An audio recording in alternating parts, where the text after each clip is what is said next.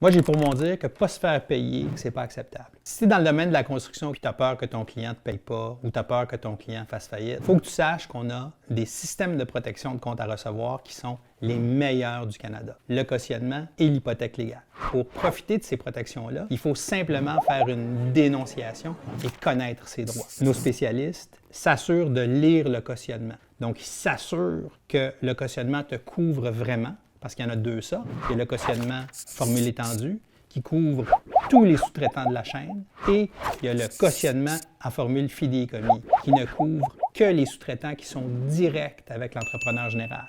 Quand tu reçois une caution gage matériaux services, il faut que tu la lises. Il faut que tu saches si tu es couvert ou pas. Deuxième question, c'est comment tu fais pour être certain que tu vas être protégé par le cautionnement une fois que tu sais qu'il pourrait te couvrir? Il faut que tu envoies une dénonciation. Alors, la dénonciation, c'est une lettre formelle que tu envoies à l'entrepreneur général pour lui dire « Je suis sous-traitant sur le projet et si la personne qui m'a engagé ne me paye pas, je vais demander à la caution de me payer à ta place. » La deuxième grande famille de protection qui existe, c'est l'hypothèque légale. Si jamais l'entrepreneur général qui t'engage ne te paye pas, si tu as dénoncé ton contrat au propriétaire, le propriétaire va être obligé de te payer à la place de l'entrepreneur général qui t'a engagé. C'est pas automatique. Il faut que tu fasses une recherche de titre, tu t'assures de l'identité du propriétaire, il faut que tu lui envoies la dénonciation, il faut que tu obtiennes une preuve qu'il l'a bel et bien reçu, et en plus, tu as un certain délai pour exercer tes droits. Si tu ne dénonces pas au vrai propriétaire, tu ne seras pas protégé. Puis ce qui arrive souvent, puis ça c'est quelque chose que j'entends régulièrement, c'est « Ben voyons donc, c'est Robert qui est le propriétaire. » Mais c'est pas Robert, c'est une compagnie qui appartient à Robert.